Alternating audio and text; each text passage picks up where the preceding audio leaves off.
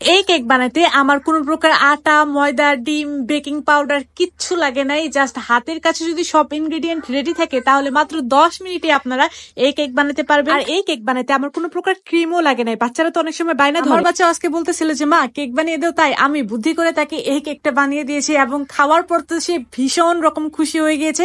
Just এই কেকটা শিখে রাখুন, তাহলে আপনাদের অনেক বেশি কাজে লাগে। মুখে দেওয়ার সাথে সাথে কেকটা একদম তুলার মতো মিলিয়ে যাচ্ছিল। কেকটা এত বেশি ডেলিশিয়াস হয়েছিল। তো প্রথমে আমি এখানে ক্রিমটা বানিয়ে নিচ্ছি। ক্রিম বানানোর জন্য এখানে আমি 1 পোয়ার মতো দুধ নিয়ে নিচ্ছি, সেই সাথে এখানে আমি হাফ কাপের মতো গুঁড়ো দুধ দিয়ে দিচ্ছি। হাফ কাপ গুঁড়ো দুধ দেওয়ার পর এখানে আমি 1 টেবিল চামচের মতো কাস্টার্ড পাউডার দিয়ে দিলাম। তারপরে এখানে 1/4 কাপের মতো দিয়ে দিয়েছি চিনি। আপনাদের বাসায় যদি কাস্টার্ড পাউডার না থাকে তাহলে এখানে চালের গুঁড়াও অ্যাড করতে পারবেন অথবা ময়দাটাকেও অ্যাড করতে পারবেন।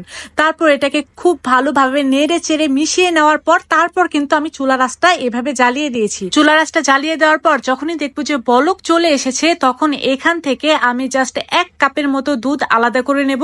এরকম চামচ দিয়ে জাস্ট আমি 1 কাপের মতো, 1 কাপ না হাফ কাপ হবে ওইরকম দুধ আমি আলাদা করে নিচ্ছি। তারপর এখানে আমি আবারও 1 টেবিল চামচের মতো কাস্টার্ড পাউডার মিশিয়ে নিচ্ছি। কাস্টার্ড পাউডারটা আমি পানি দিয়ে গুলিয়ে তারপরে এখানে মিশিয়ে নিচ্ছি। কাস্টার্ড পাউডার মেশানোর পরেই দেখবে যে এটা অনেকটাই ঘন হয়ে আসছে, তখন এটাকে নেড়ে চেড়ে নামিয়ে নিতে হবে। আমি জাস্ট একটু নাড়াচাড়া অফ করে দিয়েছিলাম, তাই কিন্তু আমার নিচে একটু লেগে গিয়েছে। তার জন্য আমি এটাকে একটু ছাঁকনি দিয়ে ছেঁকে নিচ্ছি, যেন উপরে যে সর ক্রিয়েট হয়ে গিয়েছিল ওগুলো যেন ছাঁকনিতে থেকে যায় এবং একটা ফ্রেশ ক্রিম বের হয়। দেখতে পাচ্ছেন এটা কিন্তু আমার ক্রিম একদমই রেডি হয়ে গিয়েছে। আর আজকে আমি কেকটা বানাবো পাউরুটি দিয়ে। যেহেতু ঝটপট কেক বানাচ্ছি তাই আজকে আমি পাউরুটিটাকেই বেছে নিয়েছি কেক বানানোর জন্য। তো প্রথমে যে পাতলা মালাইটা আমরা উঠিয়ে রেখেছিলাম সেই পাতলা মালাইটা পাউরুটির উপরে দিয়ে দিয়েছি। আর এখানে আমি কিন্তু 2টা পাউরুটির স্লাইস নিয়েছি। তারপর উপরে আমি ঘন সেই ক্রিমটাকে দিয়ে দিলাম।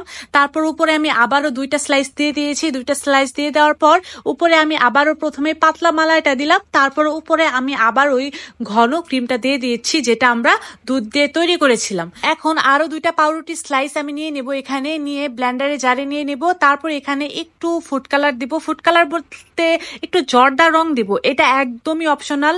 কালারের জন্য আমি জাস্ট দিলাম, আপনাদের কাছে যদি না থাকে তাহলে না দিলেও চলবে। তারপর পাউরুটিটাকে এরকম ভাবে ব্লেন্ড করে ক্রাম্ব করে নিয়েছিলাম, এটা আমরা পরবর্তীতে ইউজ করব। তার আগে ক্রিমটাকে একটু স্প্রেড করে নিচ্ছি আর দেখতে একটু সমানভাবে ক্রিমটাকে একটু লাগিয়ে নিলাম। তারপর দেখতে পাচ্ছেন পাউরুটিটাকে যে আমরা গুঁড়া করেছি সেটা একদম সাইড দিয়ে লাগিয়ে দিয়েছি। তারপর আমি কিছু টুটি ফুটি দিচ্ছি উপরে সৌন্দর্যের জন্য। আপনারা যদি বাসায় টুটি ফুটি না থাকে না দিলেও চলবে। তারপর উপরতে আমি একটু পেস্তা বাদাম ছুটিয়ে দিচ্ছি, এটা একদমই অপশনাল, সৌন্দর্যের জন্য আমি দিচ্ছি। দেখতে পাচ্ছেন এটা দেওয়ার পর এটা আরো বেশি ডেলিশিয়াস লাগতেছে। হুটহাট যদি কেক বানাতে ইচ্ছা করে তাহলে বাচ্চাদের এইরকম ভাবে কেক বানিয়ে আপনারা সারপ্রাইজ দিতে পারবেন। কেউ কিন্তু এভাবে কেক বানিয়ে সারপ্রাইজ করতে পারবেন। এই কেকটা দেখতে অনেক বেশি সুন্দর লাগতেছিল, আমার তো কাটতে ইচ্ছা করতেছিল না, এটা এত বেশি ডেলিশিয়াস লাগতেছিল।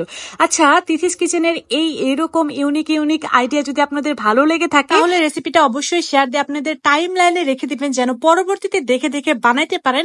আর অবশ্যই কিন্তু তিথিস কিচেনকে একটা ফলো দিয়ে দিবেন যেন পরবর্তী রেসিপিগুলো আপনারা দেখতে পারেন খুব ইজিলি। আর দেখতে পাচ্ছেন এখন এই কেকটাকে আমি কাটছি। এই কেকটা খেতে অনেক বেশি মজা ছিল, অনেক বেশি মজা ছিল, মানে মুখে দেওয়ার সাথে সাথে মিলে যাচ্ছিল, এইরকম টাইপ মজা ছিল। আর দেখতেই তো পাচ্ছেন এটা দেখতে কতটা ডেলিশিয়াস লাগছে। আজ তাহলে এই পর্যন্তই, দেখাবো তাহলে নেক্সট ভিডিওতে। সেই পর্যন্ত সবাই ভালো থাকবেন আর অবশ্যই কিন্তু কেকটা বানিয়ে তিথিস কিচেন গ্রুপে অবশ্যই রিভিউ দিবেন। আজ তাহলে এই পর্যন্তই, আল্লাহ হাফেজ।